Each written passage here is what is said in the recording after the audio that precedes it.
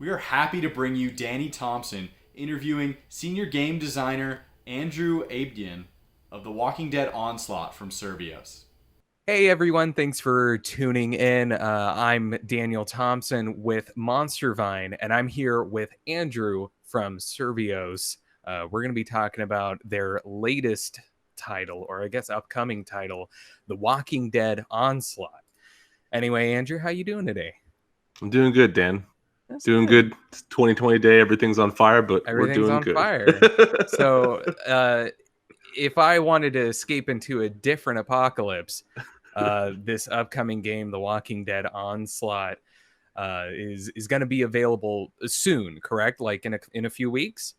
Yeah, we've got a digital release September 29th, and we got Nice. pre-orders going right now. Awesome, awesome. And so, let's start with that sales pitch then. Any benefits in terms of pre-ordering? Are you selling any special digital editions at all? Yeah, so we've got some pre-order content, which is a couple of gold weapons and a Okay. skin for Daryl and Rick, which are the main Oh, I see. protagonists of the game, and they're kind of going back and forth. So hopefully you'll be able to see Sheriff Rick or Hunter Daryl. We Okay. also have a digital deluxe edition, Mhm. which includes a couple of different weapon skins. Like we Mhm. have the red machete, which has its own mini series. Yeah. We have that as a skin for our machete. We have Nice. Rick's mace from season 9, really bulky, crazy looking thing, and of course, Lucille from the show. Mhm. So I see. and on top of that, I believe we have an art book coming with it, which we Cool. have Cool. PAX panel with our art director Tate, probably talking about all that stuff. Cool. Awesome. And so essentially then from what I can assume from the trailer I watched and from how you're talking about it, Walking Dead Onslaught, I'm getting that name correct, right? It's called Walking Yes, Dead Onslaught. Okay. all one Walking Dead, word. all one word. Yes. Walking Dead Onslaught takes it's in the universe of the show specifically. Then, so have you all been working with like AMC to bring this project to life, or how exactly did you all make the decision rather than setting the game? I mean, you had a lot of options in terms of where how you could set the world, if you wanted to set it in the comics, if you wanted to set it in the Telltale games, which I guess it is now a Skybound Games project. There's a lot of different ways that a lot of different universes attributed to the IP. So, what exactly drew the team to setting the game in the world of the AMC's The Walking Dead? I mean, we've worked with HBO in the past, a couple Mm, other larger studios, and I believe that's what attracted AMC to us originally. And obviously, we okay. had like the original conversations with them, and we found out like, hey, we have the opportunity to work with the Walking Dead brand, which is huge. Yeah. I'm personally a fan of the show. I have not read the comics, unfortunately. Probably should one day. Oh, you definitely should. They're very good. And from that, there is a division between the comics license and the show license. But we're very happy to work specifically with the AMC producers Yeah. and Walking Dead writers, just because there's like specific elements of the show, Mm, like okay. Daryl exists in the show, doesn't really exist in the Yes. comics. Yeah. And like there's just so much familiarity. It's such a popular show. So many people love it so deeply. And we just wanted to do the brand justice. And in terms of like when we wanted to put it, obviously the show's running still, has Yeah. had many, many seasons. But there was a really nice opportunity between season 8 and 9 of the show where there's kind of like a time skip and all the main cast is still there. So we could still have Rick, Yeah. Daryl, Michonne, and Carol. But there's like, really big thematic shifts happening in season 9 that we're kind of pinging on for the core story of our game.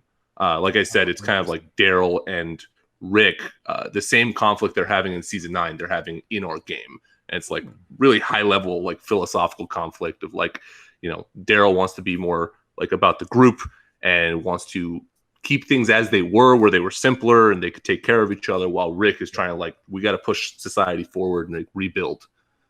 Yeah. Okay. Interesting. So narratively, it seems like you've all put a lot of work into what's going to be presented in the Walking Dead Onslaught.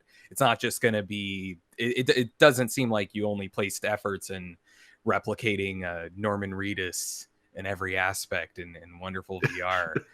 I think it's interesting that you talked about because Survios has done a lot of licensed video games before and have found success particularly with licensed VR games, because I'm familiar primarily with you folks because of Creed Rise to Glory, which is a game that I own on every single VR platform from PSVR to Oculus Quest. Love that game. Nice. Easily one of the better licensed VR games.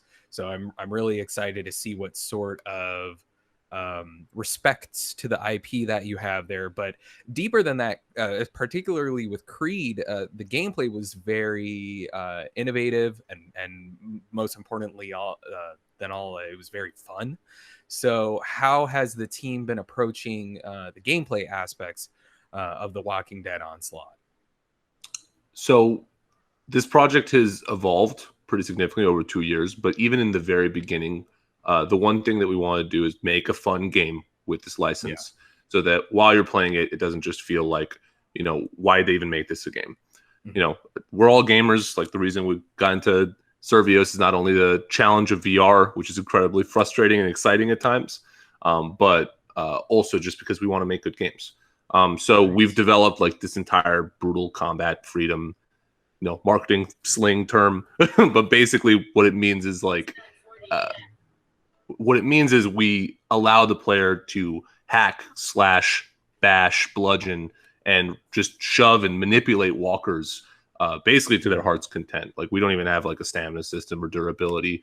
And what that gives us is the opportunity to throw the player in the middle of a horde of like 30 walkers and try to get themselves out.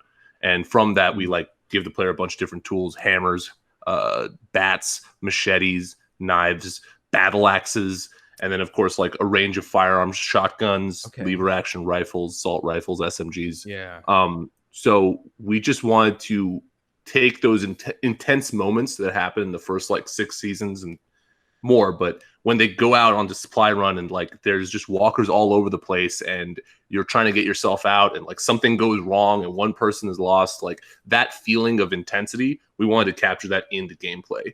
And we actually have that kind of broken up into 2 different feels, if you will, just because like half the game is kind of reliving Daryl's story, like he's storytelling to Rick, and you're going through an entire campaign that way, and it's a lot more like thematic and scripted. And then we have another side of the game, which is kind of like these scavenging efforts where Rick and the others go off into the world and they try to find supplies and bring it back to Alexandria. You mentioned a lot of melee weapons, and have you all found it like challenging at all to like implement the melee weapons in particular? I would say it's so we were very lucky to have all of our knowledge before from Raw Data and Creed when it came to these kind of concepts, but it's very different when you start bringing in sharp weapons and like axes and the way that those things simulate. And like I was the project lead designer on Sprint Vector as well, which is like a big locomotion style game. Didn't know you folks did that one. That's a really good one. Yeah. It was the thing that I learned from Sprint Vector that definitely applies to Walking Dead is like assisting the player. The player has a certain expectation, right? Like you want to come down with an axe and you want to hit the walker right square in the head, right? But that doesn't always happen. And so like there's often times where you just need a little bit of a push. And it needs to be done in a very subtle way so the player still feels like they're doing it.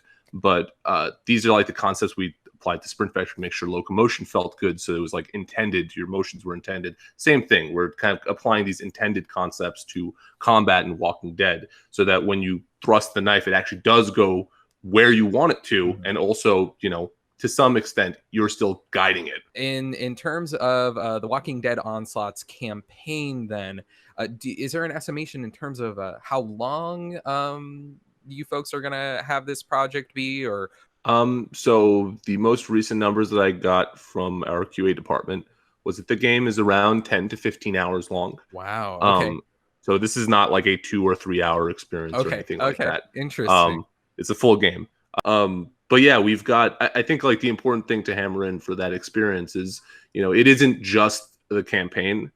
I mentioned like there's a scavenger mode and a campaign mode. Really, these things are intertwined and it's kind of like you're going back and forth between each effort, and they both represent different characters and different kind of a storyline, and you're building up towards like reconstructing Alexandria. So it's almost like there's like multiple layers of progression on top of each other, whether you're progressing like Daryl's story in the past, or literally like the scavenging efforts into Alexandria, literally progressing Alexandria, or progressing your arsenal. Interesting. Okay, and so let's actually talk more about the survival aspects of the gameplay then. So you like you make these like scavenging trips almost to like collect like food materials, like can you like explain a little bit more like the survival elements that's going to be introduced in this game? Sure. Yeah, I mean, we have kind of a traditional crafting material pipeline here, but on top of crafting materials, we kind of have community materials. Just because, you know, it's the apocalypse, you expect to be scavenging food. And a major core theme of Walking Dead is kind of like the community, and like rebuilding Alexandria is definitely a core theme of the game. So we wanted the player to go out in the world, and when they're finding food, or maybe rarely they find like fuel or something, when they bring it back to the community, that's like consumed by the community, and you're like fueling up a scouting party bar that when that's filled actually goes out in the world, and you get like a new survivor. And at that point, that survivor can send you letters, and they can ask for like a requisition, which is just like, hey, when you're out in the world, look for this thing and maybe I'll give you something. So there's almost like little storylines going on with your community members sending letters to you.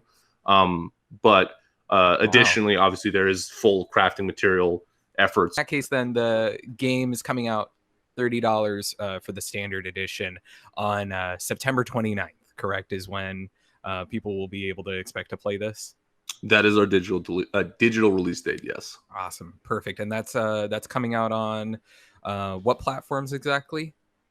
Will be coming out on PSVR and on PC VR platforms, so Oculus and Steam, with support for the Index controllers as well. The and Knuckles? New Rift Desk. Yes. Well, thank you so much for hopping on, Andrew. I'm really excited for the game. I'm really excited to see what you folks do, since you've proven yourself before with other licenses, and yeah, very excited to get some more melee combat in my. I'm excited for you. Yeah, I'm nothing but elated. Thanks for stopping by, Andrew. No problem. Thank you.